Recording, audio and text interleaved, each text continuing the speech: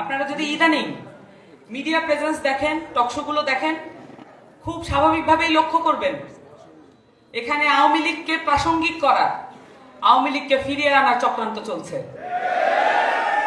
ফ্যাসিবাদকে বাংলাদেশে নিয়ে আসার, স্বৈরাচারী কাঠামোকে আবার ফিরিয়ে আনার প্রচেষ্টা চলছে।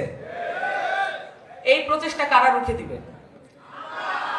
এই প্রচেষ্টা রুখে দেওয়ার জন্য প্রত্যেকটি রাজনৈতিক দলের যুব সংগঠন এবং তরুণরা যারা আছেন তাদেরকে রুখে দাঁড়াতে হবে।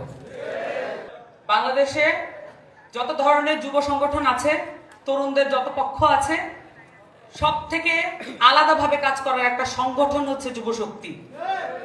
জাতীয় যুব শক্তির এই আবির্ভাব এবং আন্তর্জাতিক যুব দিবসকে পালনের যে উদ্যোগ জাতীয় যুব শক্তি দেখিয়েছে, এর মাধ্যমে আমরা একটা বার্তা দিতে চাই।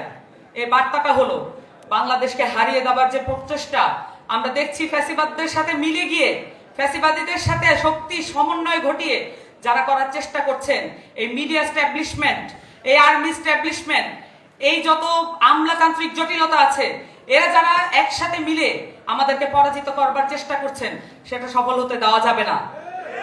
সকলকে শক্তিশালী ভূমিকা পালন করতে হবে, রাজনৈতিক ময়দান ছেড়ে যাওয়া যাবে না। আসসালামু আলাইকুম।